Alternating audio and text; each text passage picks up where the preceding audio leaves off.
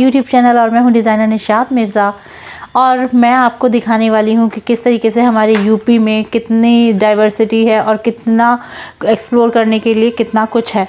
Guys मैंने आगरा को explore किया है, उसके साथ साथ मैं कानपुर को एक्सप्लोर करके आई हूं और उसके साथ साथ मैंने लखनऊ को भी एक्सप्लोर किया है। गाइज़ मैं ये चाह रही हूँ कि जो आगरा का जो वर्क है, जो फ्यूजन है, जो जरदोज़ी का वर्क है, उसको चिकनकारी के साथ में किस तरीके से मर्ज करूँ और किस तरीके से अपनी कलेक्शन की रेंज तैयार करूँ। तो मैंने आज विज़िट किया चौक, जो कि चिकनकारी का हब है और यहीं पर सारा का सारा छपाई का वर्क होता है, जो छापा होता है, जो ब्लॉग प्रिंटिंग होती है, वो सारा वहीं पर ब्लॉग्स किस तरीके से बनाए जाते हैं, किस तरीके से जो थ्रेड्स हैं कहाँ पे मिलते हैं, जो होलसेलर्स हैं वो किस तरीके से अपना पूरा का पूरा मटेरियल लेते हैं और कैसे अपना वर्क तैयार कराते हैं। मैंने चिकन के वर्क के बारे में बहुत सारी जानकारी आज कलेक्ट की और मैं चाह रही हूँ वो जानकारी मैं आप लोग के साथ में शेयर करूँ। मैं एक ऐसे शख्स से मिली जो कि before partition, he was born before partition India and Pakistan, और उन्हें बहुत सारी नॉलेज है कि किस तरीके से चिकनकारी का वर्क ओरिजिनेट हुआ और कहाँ से कि अब किस तरीके से रन कर रहा है और क्या क्या स्टेजेस देखी हैं चिकनकारी वर्क ने, कहाँ उसको पीक पॉइंट आया और कहाँ पर अब उसे किस हालात का सामना करना पड़ रहा है। वो सब उनको इतना एक्सपीरियंस है, वो इतना अच्छे से उन्होंने मुझे गाइड किया। और गाइज़ मैं चाहूँगी कि आप उनका इंटरव्यू सुने और आपको पता चले कि इंडियन चिकनकारी वर्ल्ड में किस तरीके से फेमस हुई। और मैं मिली थ्रेड जो मेकर, जो थ्रेड जो सेल करते हैं, वर्क किस तरीके के थ्रेड्स यूज़ होते हैं, कहाँ से आते हैं, जो कि थ्रेड ही एम्फेसाइज करते हैं जो चिकनकारी की ड्रेस हैं, क्या ट्रेंड चल रहा है और किस तरीके के थ्रेड को यूज़ किया जाएगा। मैं एक डिज़ाइनर से भी मिली जो कि अपने कलेक्शन की थीम तैयार कर रहे थे और आई थिंक वो दिल्ली से थे, पंकज सिंह मुझे मिले। मेरी काफ़ी अच्छी उनसे बात हुई और उन्होंने काफ़ी अपने कलेक्शन को लेकर के काफ़ी कुछ उन्होंने मुझे बताया। एंड मैं one by one, step by step आपको अपना वीडियो जो है दिखाती जाऊंगी, जो ब्लॉग है चिकनकारी, जो मेरा कलेक्शन मैं तैयार कर रही हूँ, मैं किस तरीके से थोड़ा सा मैं एक्सप्लोर कर रही हूँ, जानकारी ले रही हूँ और ये सोच रही हूँ कलेक्शन में एक अच्छा बने। तो गाइस चलिए देखते हैं आज का vlog. Let's start today's vlog. Shri Ram, Radhe Shyam. Senior partner Gopi Shyam Tandon. Okay, uncle ने खुद परिचय आपको दे दिया। बहुत पुरानी जड़ें हैं लखनऊ में इनकी और ये पुराना वर्क पूरी डिटेल हम इन्हीं से कलेक्ट करने आए हैं कि ये वर्क कैसे होता है और क्या है, ये कहाँ से ओरिजिनेट हुआ और किस तरीके से पूरी दुनिया में अपनी छाप छोड़ता है। तो शुरू करते हैं। नमस्ते। नमस्कार।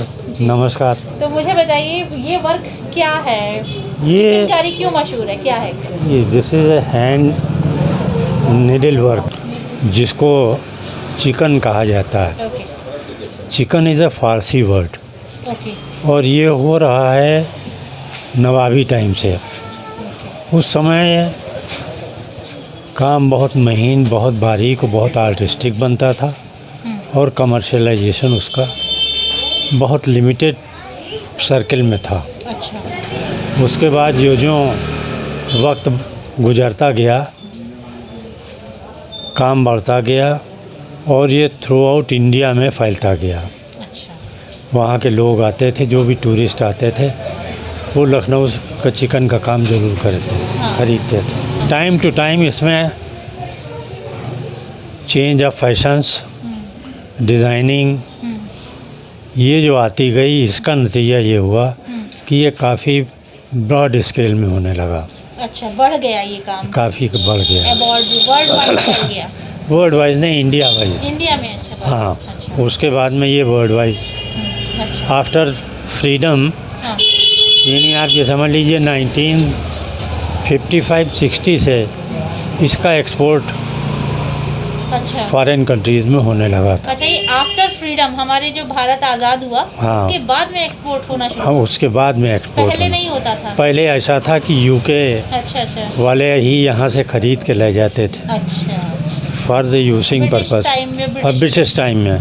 और उस समय के जो आइटम्स थे, टेबल कवर्स था, डाइनिंग सेट था, लंचन सेट था, ट्रे कवर्स थी, इस तरह के आइटम्स थे। उसके बाद में जब फ्रीडम मिल गई तो कुर्ता बनने लगा, अच्छा। साड़ी बनने लगी, जी। लेडीज़ कुर्ता बनने लगा, अच्छा। लेडीज़ टॉप बनने लगा। अच्छा अच्छा। और वो सब आइटम्स जो ब्रिटिशर्स ले जाते थे अपने इस्तेमाल के लिए, वो धीरे धीरे वेनिस ख़त्म होते गए। अच्छा। अब जो जो कमर्शलाइजेशन बढ़ा, आर्ट की बुनियाद जो है वो कमज़ोर होती गई। रफ वर्क पे ज़्यादा अटेंशन आ गई, क्योंकि कमर्शलाइजेशन में अगर एक पीस 6 महीने और साल भर में बन के आएगा तो वो कमर्शलाइजेशन पर्पज़ के लिए जो है वो सही नहीं रहेगा। कमर्शलाइजेशन पर्पज़ के लिए तो ऐसा है कि महीने 2 महीने में पीस आना ही चाहिए। बिल्कुल बिल्कुल। अब उसके बाद फिर 2000 में फिर चेंज आया, लेडीज़ कुर्ती बनने लगी, लेडीज़ टॉप बनने लगा, लेडीज़ गाउन्स बनने लगे, कुर्ते की बहुत सी वैराइटीज़ आ गई, साड़ी की बहुत सी वैराइटीज़ आ गई, और आज सब मिला के काफ़ी वाइड वैराइटीज़ में चिकन बनता है और एक्सपोर्ट भी होता है। अब तमाम आइटम्स जो थे वो बिल्कुल ख़त्म ही हो गए। जैसे लंचन सेट था, सोफ़ा सेट था, अच्छा वो सब नहीं बनता अब वो ना बराबर बनता। लंचन सेट नहीं बनता, सोफ़ा सेट तो बन लंचन जाए। सेट थोड़ा बताएंगे डिस्क्राइब? नहीं, कोई भी पीस नहीं है लंचन सेट में। कप का छः पीस कप के 6 ट्रे के छोटा। हाँ, टिकोजी। हाँ नहीं, टी सेट अलग है, वो अलग है। टी सेट अलग है, वो टिकोजी हाँ। और छोटे पीस होते थे। यस। और लंचन सेट 19 पीसेस का होता था। ओके 98 सारे बर्तन 19 पीसेस का। 19 6 छोटी प्लेटें, 6 मिडिल की और 6 बड़ी और 1 सेंटर पीस, अच्छा अच्छा। वो मिला के वो लंचन सेट कहलाता था। अभी क्या जो अभी का जो ट्रेंड है वो क्या है? चिकन में क्या बन रहा है? चिकन में इस समय तो लेडीज़ कुर्ती है, अच्छा। लेडीज़ टॉप है। आपके पास क्या है? आप ये देखिए कुर्तियाँ लगी हुई हैं। सबसे ज़्यादा सेल टॉप, इससे छोटा होता। अच्छा। एक ज़रा टॉप निकाल देना भैया। एक वो लगा हुआ है, वो देखिए वो टॉप लगा हुआ है, टी ब्लू। ये सब कुर्तियाँ लगी हुई हैं। ये सब कुर्तियाँ लगी वो हुई फ्री हैं। साइज में है ना सारी कुर्ती? हाँ नहीं, अलग अलग साइजेस होते हैं। फ्री साइज में भी है? हाँ, फ्री साइज़ में भी, बड़े साइज़ में भी आती हैं। अच्छा, बड़े साइज में भी है। हाँ, और उनकी क्या प्राइस होती है जैसे? ये 700 रुपये से लगा के आजकल जारजेट पे ज़्यादा, अच्छा अच्छा। 700 रुपये से लगा के 1000-1200 तक आती है। अच्छा, लेटेस्ट जो है मार्केट में 250 से भी आती है। अच्छा। और जैसे ये वर्क कैसे किया करते हैं? कौन सा फैब्रिक यूज़ होता है इसमें? कॉटन भी होता है, मिक्स भी होता है, जारजेट भी होती है, प्योर जारजेट भी होती है, सिल्कन भी होती है। फैब्रिक कहाँ मिलता है? सामने की शॉप पर? नहीं, ये इधर बगल में। बगल में मिलता है। और ज़्यादातर फैब्रिक अहमदाबाद, बॉम्बे, वहाँ से आता है? सूरत, इन जगह से आता है। अच्छा अच्छा। जैसे हमें अपना कस्टमाइज डिज़ाइन बनवाना है तो वो भी हो जाता है क्या? बन जाता है कस्टम अपना डिज़ाइन बता? हाँ हाँ, अपने हिसाब से लोग अपने ट्रेडिशनल डिज़ाइंस देते हैं और उस बना माफिक देते भी हैं। हम लोग बना देते वो हैं। बना देते अब जैसे जेंट्स में अंगरखा बहुत ट्रेडिशनल हैं। है, रखा हाँ। तो वो भी हम लोग, लेकिन अब it's manufacturing quantity is very limited. Okay. तो अब मुझे एक सवाल आपसे और पूछना है, आफ्टर लॉकडाउन क्या मार्केट है, क्या बिजनेस है? लॉकडाउन हैज़ गॉट वेरी क्या उतार चढ़ाव हुए हैं? Adverse effect on the sale, क्योंकि देखिए कोई 5-6 महीने तो बाज़ार बंद ही रहा लॉकडाउन में, और उसके बाद जब खुला तो सीज़न आउट हो गया। हाँ। तो इसलिए चिकन के ऊपर जो है वो लॉकडाउन का बड़ा एडवर्स इफेक्ट है। और उम्मीद है कि फरवरी मार्च से उठेगा ये जो घर घर जाके कैसे होता है जो कढ़ाई होती है? देखिए ऐसा है कि अब 2 मेल से काम होता है। हाँ। एक तो जेंट्स लेडीज, करते हैं इसको, लेडीज करते हैं? ज़्यादातर मोस्टली लेडीज़। लेडीज करती हैं, जेंट्स नहीं। जेंट्स क्या करते हैं? मर्चेंडाइजिंग का काम ज़्यादा करते हैं। जेंट्स जो है वो स्टिचिंग में ज़्यादा, स्टिचिंग। अच्छा। स्टिचिंग में ज़्यादा, इस और ये नहीं खोला है। अच्छा, ये तो इनकी सेल में ज़्यादा है। सेल में ज़्यादा है। अच्छा। तो ये काम किस तरह होता है लखनऊ में, जो एम्ब्रॉयडरी है, जरदोजी? ये देखिए ऐसा है कि हमारे पास कारीगर हैं, वो माल ले जाते हैं, और लखनऊ के इंटीरियर में बहुत ज़्यादा काम होता है। अच्छा अच्छा, मलियाबाद है, काकोरी है, जो संध्या विलेज एरिया है। हाँ, विलेज एरिया में चारों तरफ, नॉर्थ ईस्ट वेस्ट, अच्छा अच्छा, चारों तरफ होता है। चारों तरफ 40। सेंटर में सेल आउट होता है जो लखनऊ में। और वहाँ वो काम जाके बांट देती हैं, और उसके बाद जब काम पूरा हो जाता है तो यहाँ ला के हम लोगों को दे देती हैं, हम लोग उसका वैल्यू पे कर देते हैं। और ये जो सेंटर्स जो लेडीज़ चलाती हैं, इनके वहाँ कुछ काम फाइन ज़्यादा होता है, लेकिन वो कॉस्टली बहुत होता है, उसकी सेल में प्रॉब्लम आती है। अच्छा, और आजकल ट्रेडिंग के लिहाज से ऐसी चीज़ ज़्यादा बिकती है जो कॉमन मैन अफोर्ड कर सके, बिल्कुल बजट वाली चीज़ है। जो with in the budget common man, ordinary man afford कर सके, वो ज़्यादा बिकती तो है। अंकल, आप इतने साल से इस बिजनेस में हैं, तो आपको कुछ ऐसा भी अवार्ड वगैरह मिला है इससे लेके चिकनकारी में? हाँ, हम लोगों को क्वालिटी मार्किंग स्कीम एक यूपी गवर्नमेंट ने चलाई थी, हाँ, उसमें सिल्वर मेडल मिला था। आपके इसमें क्वालिटी में? हाँ, क्वालिटी में हमको। और ये जो मैं फोटो देख रही हूँ, हाँ, ये इसमें ये हमारे पिताजी ने स्टार्ट किया था, जो टोपी पहने हैं। अच्छा, उनके साथ में हमारे सबसे बड़े भाई थे, हाँ, ये नीचे उनसे छोटे हैं, अच्छा उनसे हम छोटे हैं। अच्छा, हमारे- बच्चे यहाँ पे। हाँ। और ये वाले जो, ये हमारे सब बेटे हैं, अच्छा, तो हमारी ये थर्ड जनरेशन चल रही है आपकी इसका, थर्ड जनरेशन चिकनकारी कर रही है। चिकनकारी के काम में लगी हुई है। बहुत अच्छा लगा अंकल आपसे मिलके जी। अब ये है एक्सपोर्ट तो ये 50 to 60 के बीच में बहुत हुआ, लेकिन due to very poor quality, poor stitching quality, पूरा खत्म हो गया। वो that has been finished. Now it is at present there is export, but the quantity is not so high. जो हम लोग कोशिश ये करते हैं कि ऐसी चीज़ की मैन्युफैक्चरिंग करें जो कॉमन मैन अफोर्ड कर सके। तो कितने बजट वाली कुर्ती ज़्यादा सेल आउट होती है? अब देखिए 500 रुपये से लगा के, 500 रुपये के अंदर ही 1000 नहीं, रुपये? 500 रुपये 400 रुपये से लगा के 1000 रुपये तक की सेल अच्छी आती है। अच्छा यही हर आइटम में होता है, अच्छा, चाहे वो साड़ी हो, चाहे कुर्ता हो, चाहे लेडीज़ सूट हो। लेडीज़ सूट भी बनते हैं कि अच्छा सूट लेंथ भी आती है कि जिससे लेडीज़ अपने साइज़ का बना सकती है, अच्छा, क्योंकि स्टिच सूट में साइज़ की प्रॉब्लम आती है। Sizes very differ lady to lady, तो वो उसका पीस भी आता है, लेकिन ज़्यादा सेल जो है वो ऐसे आइटम्स की आती है which can be afforded by.